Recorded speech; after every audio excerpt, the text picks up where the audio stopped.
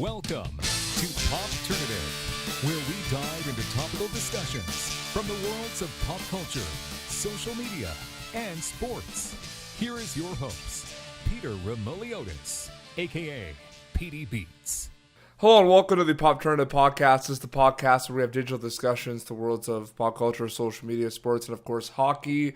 My guest this afternoon was drafted in the second round by the New York Rangers in the 2018 NHL Entry Draft. We're with Swedish goaltender Olof Lindbom. Olof, welcome to Popternative. Thank you very much. No problem. First off, you're back in Sweden. You were in New York for camp. I mean, just short and sweet question. How was camp? How was the experience like? Yeah, it was actually pretty special, to get to New York. It was a big city and something new, obviously, and the organization was pretty fantastic, so it was great. Talk a little bit about yourself specifically. When did you kind of decide that you wanted to be a goaltender? When did you start taking hockey seriously? Like, when did it all start for you? It started pretty early, actually. I was like offensive player in the first couple of months, and then I turned a goalie pretty quick. So, yeah, maybe like in 11 or 12 years old, I started to I want to play hockey full time. So, yeah. So it's funny because, I speak to a lot of people and, everyone says, oh, hockey is Canada's game. But then you speak to Swedish players and you're like, yeah, we're right there too. Like it's been hockey all our lives as well.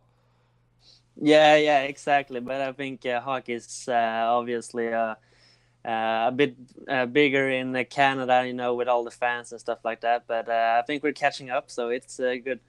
What do you think, speaking of that catch-up, what do you think has been the biggest change in the last couple of years in Swedish hockey? Is it getting bigger? Is it getting faster? Is it getting stronger? What elements have attributed to the success of Swedish hockey? I don't know really, but I know we do a lot of individual training in the mornings and stuff like that, and it's not always team practice. It's sometimes just individual practice, so that's probably one thing. So absolutely. I gotta ask, I find it very interesting. The New York Rangers draft you second round as a goaltender from Sweden, and we know that we know that their goaltender happens to be also from Sweden. Did you think about that at all? Like the fact that Henrik Lundqvist was also was drafted and played for the New York Rangers, and then boom, you come in as a Swedish goaltender. Did that come to mind at all? Yeah, it did. Obviously, pretty quick actually. I got some text in 5 minutes about Prince Lindbom and stuff like that. So it was pretty funny, but yeah. And what were some goalies in whether Sweden, whether Canada, and the NHL that you kind of looked after or maybe not modeled your game? Because I'm sure Olof Lindbom wants to be Olof Lindbom, but was he one of the goalies that you looked at growing up? Yeah, I think obviously every Swedish goaltender has Henrik Lundqvist as an idol. He's probably the best goalie in the Swedish history. So yeah, a little bit I try to develop my game after him. So yeah. What is next? So you get drafted this year. The journey kind of starts now. There's a lot of work to be done. What are some of kind of the short-term goals? I mean, the long-term goal is right there, playing in the National Hockey League. What are some of the short-term goals for Olof Lindbom? Just right now in the summer, I'm just trying to get a little bit bigger, a bit stronger, a bit faster. But then in the next season, I want to play in the senior team with Djurgården and perform well. So that's my short-term goals. Yeah. Now you mentioned the league, but a tournament as well that people always talk about is the World Junior Hockey Championship. Yeah, and that's a big tournament. That's, I'm sure, a tournament that a lot of players, that's what they think of. Has that ever crept in mind at all about that possibility of maybe playing on that team? Yeah, I think it's a possibility to play on that team to become one of the top 3 goalies. So it's motivating, and I just try to focus on getting better every day. So yeah.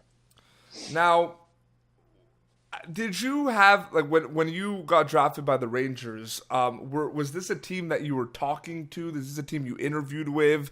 Did you kind of have maybe an idea that they're one of the teams that were interested in you? Like what? Like was it a surprise? Talk about the moment where you found out that Rangers were drafting you. Yeah, I talked to Rangers before the draft. I talked to like 27 teams or something like that. So talked to almost everyone, but I felt like it was a couple of other teams that they were more interested in me than the Rangers. So it came a little bit like a surprise, but I can't think of a better place than the Rangers. So I'm happy. No, absolutely. What were some? Was there any cool moments that happened while you were in Dallas, like at the draft? Like, was there anything that happened that was like a really cool experience that you got to do? Yeah, actually, I wasn't at the draft. I was home actually practicing because I was on the Chicago's combine just a week before and missed a lot of training. So I was home and tried to catch up actually. So, So that's fine. When did you like? yeah. When did you find out? From a text? Like, were you watching a feed? Like, when did you find out? Yeah, I watched the draft on the TV, obviously, and then my phone just exploded. You know, when my name was called, so it was pretty cool, pretty special to experience that with my family. So. Who is Olof Lindbom on the ice, and who is Olof Lindbom off the ice? You know, on the ice, I think I'm a pretty competitive, maybe shout a little bit and stuff like that, and off the ice, I'm more relaxed and try to have fun with friends and stuff like that. And what are some of your interests besides hockey? Because we always talk hockey, but everyone wants to know about hockey players. What do you like besides hockey? Yeah, I like to fish and to go hunting with my father actually, and just hang out with friends. And actually, it's a lot of watching hockey when you're with your friends, but yeah, just hang out. Now I have to ask because I have a coworker who's very into a sport right now that is very big in Sweden called floorball. Yeah. Have you ever played floorball? Have you watched floorball? Tell us about floorball. Yeah. Yeah, it's like hockey actually, but no ice. I have actually played floorball when I was younger, and I was a left winger and tried to score as many goals as I could. So it's pretty fun actually. So. Are you so you're not surprised that it's kind of getting a little bit more popular outside of Sweden and Europe? Because North America, they're playing it a lot now. Oh, they are? And Yeah. no, yeah, it's a fun sport, so I'm not surprised. But yeah. Absolutely. Another sport too that a lot of hockey players have been doing in the off season, spike ball. Have you done spike ball yet? No, I have not. Do you know what that is though? The one where there's No. like there's a kind of like a trampoline in the middle, and you're trying to spike a ball off the trampoline, and you're playing kind of like volleyball. It's very good Yeah, for yeah. hand-eye coordination. So Yeah, I've seen it. You go like 2 against 2 and try to. Yeah, I've seen it, but I haven't played this. So. But like, do you ever talk about that though? The influence, like a lot of like there's a lot of sports that are very popular in Europe, specifically in Sweden, that do end up coming to North America, like floorball. Is it there? Were you kind of growing up? Were you kind of was it a lot of like mostly Swedish culture in your house, or because you're a hockey player, you're gonna watch a lot of or like keep up with the NHL and Canada as well? But like, what was it like growing up in Sweden? In Sweden, the games are at nights because of the time difference. So when I was younger, I always watched the highlights in the morning while I was eating breakfast. So that's what's that was like I watched the NHL from the highlights. So Talk a little bit. I want to know because you go whenever Sweden has an international tournament, their goal song is a pretty good goal song by a band called the Poodles. So what I want to know is talk like what type of music do you listen to specifically, and what's kind of the music scene like in the hockey? Like, is that the type of music that the players are listening to as well, or is it more like rap, electronic music? What are they listening to?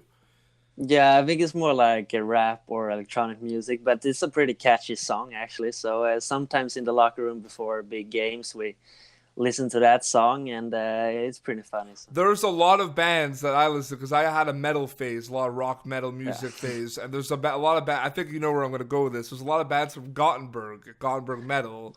There's a band I listen to called In Flames. Have you heard of In Flames? No, I have not. You've never heard of them? They're huge and they're from Sweden. No, I haven't heard of them actually. But I will I will listen to some of the songs. It's interesting though because you think about that. Getting back to what you have to do. Goaltending is very stressful. It's a very tough position. Why do you want to be a goaltender? Why do you want to do that every day? You know, because there's a lot of pressure. Do you like the pressure? Do you thrive off the pressure? Yeah, actually I do.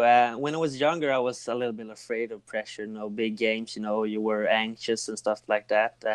But now in these years, when I got older and a bit more mature, I welcome pressure. It feels. It's a good feeling to have pressure on you, and I like it. I think I perform better. No, for sure. It's no surprise that there's a lot of this year, this NHL draft. There's a lot of Swedish players that got drafted in the first and second round. I mean, besides not only Rasmus Dahlin, but you know there was so many other players, Hallander, Olofsson. There's so many players. Do you kind of know a lot of these players because whether you're playing in the juniors or anything, who are some players that besides the Dahlins, like the obvious ones from Sweden that got drafted or maybe have not gotten drafted that whether you're friends with that are very good players you think people should be looking out for? Yeah, I was a bit surprised that Lucas Wernbloom didn't get drafted because I think he had a solid under 18 tournament and I think he was one of our best players, so I was pretty surprised. And he's just got to keep fighting because I know he's a good player. So yeah. What do you think is the hardest thing about playing in the international tournaments versus playing in the league games? Obviously, it's a higher level. You know, it's more speed and more talented players. So. But actually, I think it's a lot more fun, to represent your country and stuff like that. It's pretty special. So it's obviously every single game is pretty special. You mentioned you have the opportunity to possibly go play in Djurgården with the big boys, the big club, the men. And what I find very interesting is, there's a lot of players your age that go play in the Swedish Elite Hockey League at a young age. You're playing with men. Do you honestly think that contributes to helping your development, the fact that you get to play with bigger guys, see what they're doing? You're playing with pros at a young age. It's a very unique situation.